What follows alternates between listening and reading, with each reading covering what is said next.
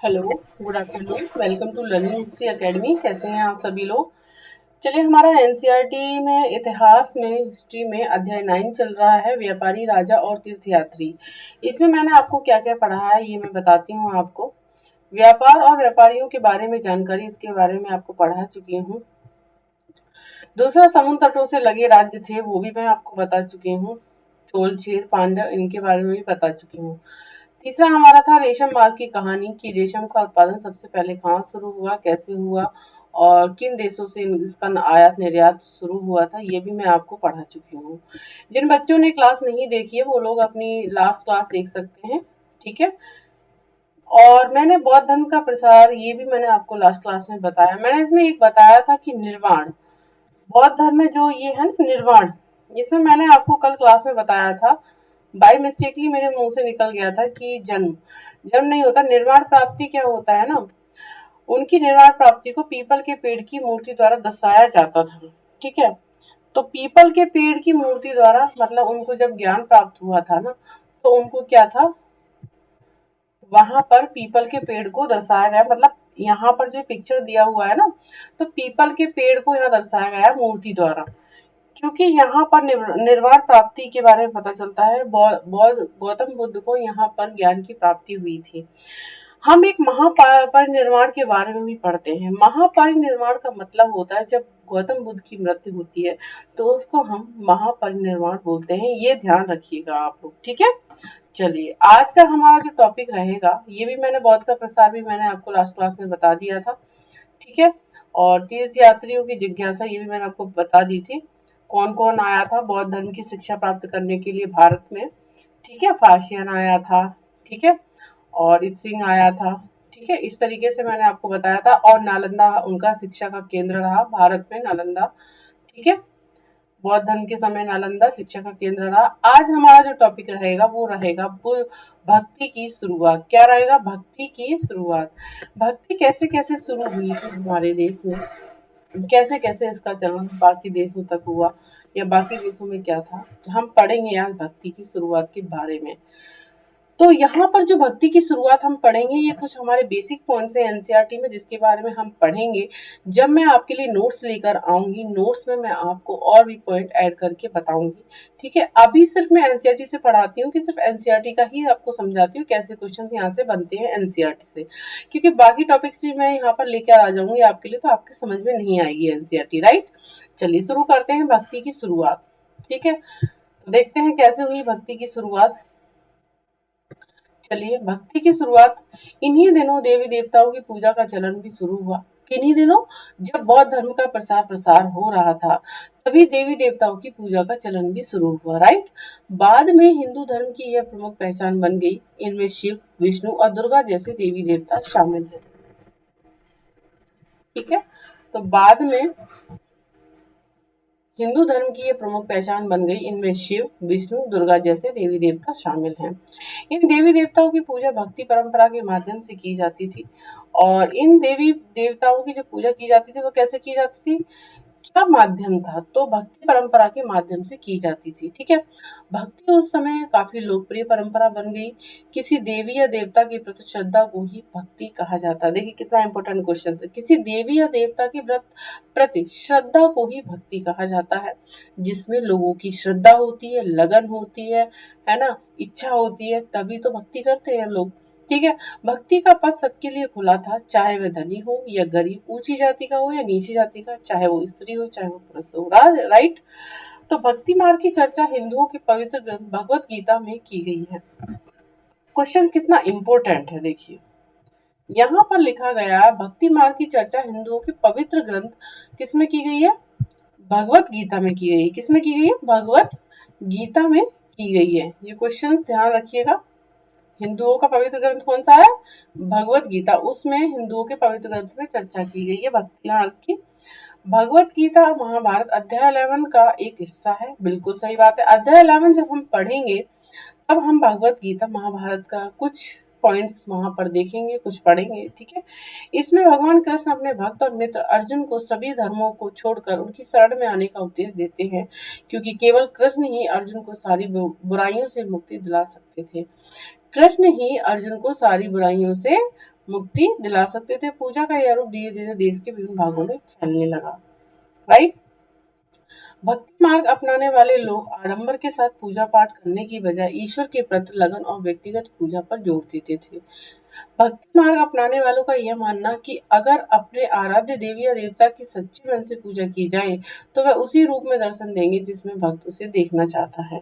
इसलिए आराध्य देवी या देवता के मानव के रूप में भी हो सकता है या फिर सिंह, पेड़ या अन्य किसी भी रूप में। मतलब यहाँ पर बात की गई है आराध्य देवी या देवता मानव के रूप में भी हो सकते हैं या फिर सिंह या फिर भेड़ या फिर अन्य किसी रूप में भी हो सकते हैं। सॉरी, पेड़।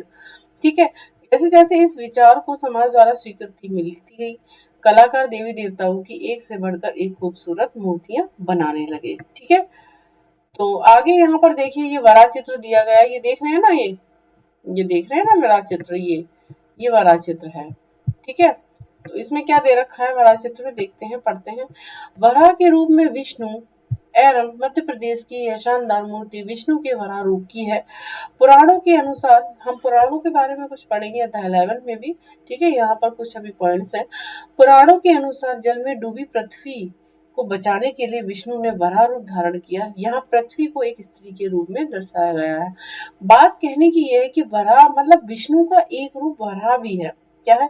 जब वैष्णव धर्म हम पढ़ेंगे ना, वैष्णव धर्म, तो उसमें विष्णु के कई रूप बताए गए हैं, उसमें से एक वराह रूप भी है। ठीक है। तो एरन मध्य प्रदेश की शानदार मूर्ति विष्णु के वराह रूप की है। ये जो मूर्ति बनाई गई है ये मध्य प्रदेश में बनाई गई है। एक शानदार मूर्ति जो विष्णु के वराह रूप की है। ठीक है। तो ये जो बनाई गई है इसमें दिखाया गया है, ये पहले की मूर्ति पुरातत्वविदों ने इसे खोजा होगा, तो इसमें दिखाया गया है कि विष्णु जी ने वराह रूप धारण किया था। जब पृथ्वी को बचाने के लिए विष्णु ने वराह रूप धारण किया था। जब पृथ्वी क्या थी, जल में डूब रही थी, तब उसको बचाने के लिए विष्णु जी ने वराह रूप धारण किया था। राइट। और पृथ्वी को यहाँ पर क्या एक स्त्री के रूप में दर्शाया गया है। तो एक स्त्री को बचाने के लिए वराह रूप धारण किया था किसने? विष्णु जी ने। राइट। चलिए भक्ति के बारे में और कुछ पॉइंट्स हम पढ़ते हैं। भक्ति भज शब्द से निकला बना है। भक्ति भज शब्द से बना है जिसका अर्थ विभाजित करना या हिस्सेदारी करना है। देखिए वेरी इंपॉर्टेंट क्वेश्चन, ये देखो ये क्वेश्चन बनेगा आपका। ठीक है। भक्ति किस शब्द से बना है? भक्ति भज शब्द से बना है जिसका अर्थ है विभाजित करना या हिस्सेदारी होता है। राइट। मैंने बताया कि कुछ नोट साथ के साथ भी लिखते रहिए आप। ठीक है। इसका अर्थ यह है कि भक्ति भगवान और भक्ति के बीच परस्पर एक अंतरंग संबंध है। भक्ति भगवान या भगवान के प्रति झुकाव है। भगवत का एक अर्थ यह भी है जो अपने ऐश्वर्य या सुख को भक्तों के साथ बांटता है, यानी भक्ति या भागवत अपने देवी देवता के भक्त का हिस्सेदार होता है। मतलब कि ये कहने का मतलब ये है कि भगवान और भक्त के बीच में परस्पर संबंध होते हैं। ठीक है। भक्ति क्या है? भगवान के प्रति एक झुकाव है। ठीक है। तो भगवत का एक अर्थ यह भी होता है कि जो अपने ऐश्वर्य या सुख को भक्तों के साथ बांटता है, या यानी भक्त या भागवत अपने देवी देवता के भक्त का हिस्सेदार होता है। राइट। मतलब यहाँ पर भगवान और भक्त के बीच परस्पर संबंध बताया गया है भक्ति को लेकर। राइट। एक भक्त द्वारा लिखी गई एक कविता, क्या लिखा है इसमें? अधिकांश भक्ति साहित्य हमें यही बताते हैं कि धन, ऐश्वर्य या ऊंचे पद के जरिए कभी ईश्वर से आत्मीयता नहीं बन सकती। करीब 1400 साल पहले विश्व भक्त अप्पार द्वारा तमिल में लिखी गई कविता का यह एक अंश है। अप्पार एक वेल्लाल है। ठीक है। वेल्लाल के बारे में मैंने आपको पढ़ाया था अध्याय 8 में। क्या थे? ये व्यापारी थे। ठीक है। एक वेल्लाल है, अप्पार एक वेल्लाल है। तो क्या लिखता है? नष्ट होते अंगों वाला कुष्ठ रोगी, ब्राह्मणों की नजर में निचली जाति का व्यक्ति, कूड़ा करकट बटोर कर अपनी जीविका चलाने वाला इंसान, अगर ये लोग भी गंगा को अपनी जटाओं में छिपा लेने वाले शिव के दास बन जाएं तो मैं उनकी आराधना करूंगा क्योंकि वे मेरे ईश्वर समान है। ठीक है। तो अप्पार बिल्लाल के द्वारा ये क्या किया गया है? एक कविता लिखी गई है, भक्त है ये। ठीक है। कवि सामाजिक प्रतिष्ठा और भक्ति में किसको ज्यादा महत्व देते हैं? ठीक है। देख लीजिए इसमें देवी देवताओं का विशेष सम्मान होता था, इसलिए विशेष जगहों पर भी इनकी मूर्तियों को रखा जाता था। इन स्थानों को ही मंदिर कहते हैं। अध्याय 11 में तुम इन मंदिरों के बारे में पढ़ोगे। ठीक है। तो भक्ति परंपरा ने चित्रकला, शिल्पकला, स्थापत्य कला के माध्यम से अभिव्यक्ति की प्रेरणा दी है। मतलब चित्रकला, चित्र बनाने से संबंधित शिल्पकला, जैसे हाथ से बनाने वाले जो काम होते हैं, शिल्पकला, स्थापत्य कला जैसे कि मंदिर बनाना, ये सब आ जाते हैं स्थापत्य कला के अंदर। ठीक है, भक्ति परंपरा ने इन सबको क्या दी थी, प्रेरणा दी थी। भक्ति परंपरा जब आई तभी तो मंदिर बनना शुरू हुए, पूजा पाठ शुरू हुई ज्यादा। ठीक है, तो हिंदू, हिंदू शब्द इंडिया शब्द की तरह ही सिंधु या इंडस से निकला। वेरी इंपोर्टेंट, ये जरूर ध्यान रखिएगा, पूरा इंपोर्टेंट है आपके लिए। ठीक है, यहाँ से क्वेश्चन बनते हैं, ऐसे क्वेश्चन बनते हैं। ठीक है, तो हिंदू शब्द इंडिया शब्द की तरह ही सिंधु या इंडस से निकला है। हिंदू शब्द क्या, इंडिया शब्द की तरह ही, क्योंकि इंडिया शब्द क्या है, सिंधु या इंडस से निकला है, वैसे ही हिंदू शब्द भी। यह शब्द अरबों तथा ईरानियों द्वारा उन लोगों के लिए उपयोग किया जाता था जो सिंधु नदी के पूर्व में रहते थे। मतलब हमारे देश में जब अरबों और ईरानियों का जब आगमन हुआ था, तो सबसे पहले वो क्या, सिंधु नदी के पास पहुंचे थे। जब सिंधु नदी के पास जब वो पहुंचे थे, तो पूर्व में कुछ लोग रहते थे, सिंधु नदी के पूर्व में कुछ लोग ईस्ट में रहते थे। तो उन लोगों को इन्होंने क्या कहा था, यही शब्द उनके धार्मिक विश्वास या सांस्कृतिक परंपराओं के लिए भी प्रयुक्त होता था। तो वहां के लोगों के लिए इन्होंने हिंदू शब्द का प्रयोग किया था। किसने किसने किया था, अरबों और ईरानियों ने। ठीक है, यह शब्द अरबों तथा ईरानियों द्वारा उन लोगों के लिए उपयोग किया जाता था जिस क्वेश्चन बनता है सिंधु नदी के पूर्व में रहते थे। ठीक है, चलिए अन्यंत्र में क्या पढ़ते हैं, यहाँ से भी क्वेश्चंस बनते हैं। करीब 2000 साल पहले पश्चिम एशिया में ईसाई धर्म का उदय हुआ। ईसा मसीह का जन्म बैतलेहम में हुआ था। कहाँ पर हुआ था, बैतलेहम में हुआ था। ईसा मसीह का जन्म बैतलेहम में हुआ। ठीक है, तो पश्चिमी एशिया में ईसाई धर्म का उदय हुआ था। कहाँ पर, पश्चिम एशिया में। कितने साल पहले, 2000 साल पहले। क्वेश्चन बनता है कि पश्चिम ईसाई धर्म का उदय कब हुआ था। ईसाई धर्म का उदय पश्चिम एशिया में 2000 साल पहले हुआ था और ईसा मसीह का जन्म बेतलहम में हुआ था, बेतलेहम में हुआ। ठीक है, ये देखो 3 क्वेश्चन यहाँ से बन गए एक लाइन से। जो उस समय रोमन साम्राज्य का हिस्सा था, कहाँ था, जो उस समय रोमन साम्राज्य का हिस्सा था, कौन, बेतलेहम। ईसा मसीह ने स्वयं को इस संसार का उद्धारक बताया। उन्होंने दूसरों को प्यार देने और उसी तरह दूसरों पर विश्वास करने का उपदेश दिया, जिस तरह हर व्यक्ति दूसरों से प्यार और विश्वास की उम्मीद करता है। राइट, बाइबल में ईसा मसीह के उपदेशों की बातें लिखी हैं। किसकी, बाइबल में क्या लिखा हुआ है, बाइबल में ईसा मसीह के उपदेश की, जो उन्होंने उपदेश दिए थे वो चीजें बाइबल में देखने को मिलती हैं। यहाँ उनका एक अंश दिया गया है। धन्य है वे लोग जो धर्म और न्याय के लिए भूखे प्यासे रहते हैं, उनकी कामनाएं पूरी होंगी। जो दयालु है वे धन्य है, क्योंकि उन्हें दया मिलेगी। धन्य है वे जो दिल से पवित्र है, क्योंकि वे ईश्वर के दर्शन कर सकेंगे। ठीक है, आगे क्या कहते हैं ये, क्योंकि वे ईश्वर के दर्शन कर सकेंगे। धन्य है वे जो शांति स्थापित करते हैं, वह ईश्वर की संतान कहलाएंगे। ईसा मसीह के उपदेश साधारण लोगों को बहुत पसंद आए और धीरे धीरे ये पश्चिम एशिया, कहाँ कहाँ फैल गए, पश्चिम एशिया, अफ्रीका और यूरोप में फैले। ईसा मसीह के जो उपदेश थे वो कहाँ पर फैले, पश्चिम एशिया में फैले, अफ्रीका में फैले और यूरोप तक फैले थे इनके उपदेश। ईसा मसीह की मृत्यु के 100 सालों के अंदर ही भारतीय उपमहाद्वीप के पश्चिमी तट पर पहले ईसा धर्म प्रचारक पश्चिमी एशिया से आए थे। मतलब कहने की मतलब है कि जब ये बैतलहम में इनका क्या हुआ था, जन्म हुआ था, तो वहां पे इन्होंने उपदेश दिए थे लोगों को, और ये रोमन साम्राज्य का एक हिस्सा था।